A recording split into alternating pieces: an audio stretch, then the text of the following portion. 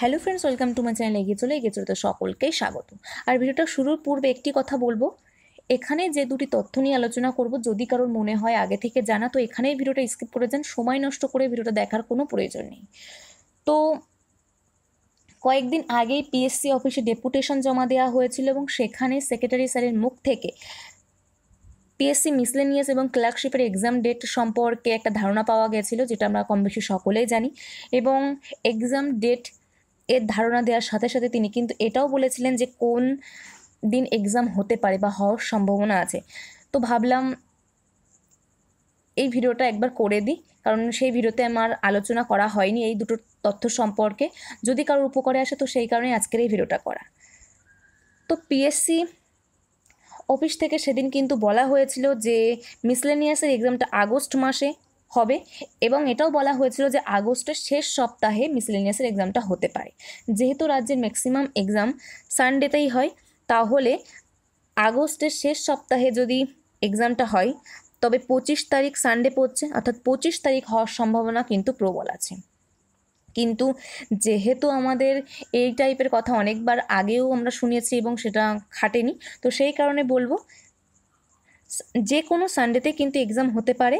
কিন্তু যেহেতু secretary sir বলেছিলেন যে লাস্ট সপ্তাহে বা লাস্ট উইকে এক্সামটা হবে, তো 25 তারিখ এটা কিন্তু প্রবল সম্ভাবনা আছে।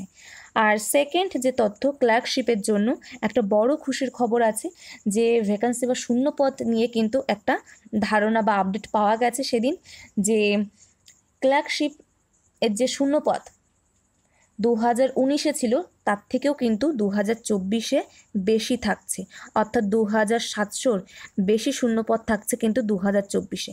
তো ক্লার্কশিপের পরীক্ষার্থীদের জন্য বড় খুশির খবর এটা, যে প্রচুর শূন্যপদ আছে। যারা এখনও পর্যন্ত প্রিপারেশন ঠিকঠাকভাবে নিতে পারেননি বা নেওয়া হয়নি, তাদেরকে বলবো প্রিপারেশন শুরু করে দিন।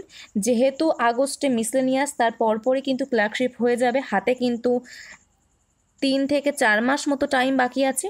তো এই 3 মাস সময় নষ্ট না করে ঠিকঠাকভাবে প্রিপারেশান নিন। প্রচুর ভ্যাকান্সি কিন্তু 2024-এ আসছে।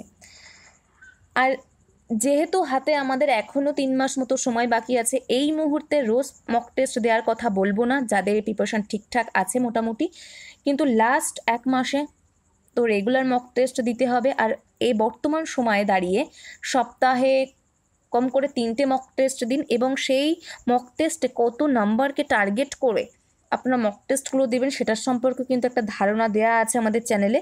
ক্লার্কশিপ বলুন আর মিসলেনিয়াস প্রত্যেকটার সম্পর্কে ধারণা দেওয়া আছে। যদি কারোর মনে হয় ভিডিওগুলো দেখবেন, অবশ্যই দেখে নিতে পারেন। লিঙ্ক আমি কমেন্ট সেকশনে পিন করে দিয়ে দেবো বা ডিসক্রিপশন বক্সে দিয়ে দেবো। তো চলুন, এইটুকুই আপডেট দেওয়ার ছিল আজকের ভিডিওতে। তো আপডেটটা জানাতে একটু লেট হয়ে গেল, তার জন্য এক্সট্রিমলি সরি। তো এই ভিডিওটা করার কোনো ইচ্ছাই ছিল না, বাট মনে হলো যদি কারোর উপকারে আসে করে দিই একবার, তো সেই কারণেই করা। তো নেক্সট ভিডিওতে আমাদের আবার দেখা হচ্ছে। আর এই টাইপের সমস্ত আপডেট যদি পেতে চান, অবশ্যই চ্যানেলকে সাবস্ক্রাইব করে রাখুন যদি আমাদের চ্যানেলে নতুন হয়ে থাকেন। তো চলুন এখানে শেষ করবো, নেক্সট ভিডিওতে দেখা হচ্ছে। Thank you, good by.